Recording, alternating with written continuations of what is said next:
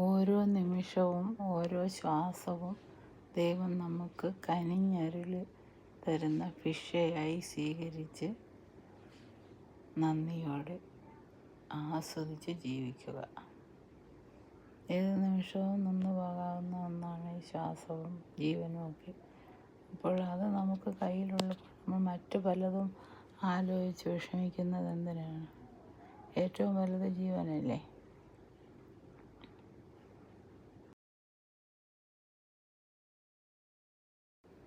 നമ്മുടെ ഉടലിൽ ഓടുന്ന ശ്വാസം മാത്രമേ നമുക്ക് സ്വന്തമായുള്ളൂ.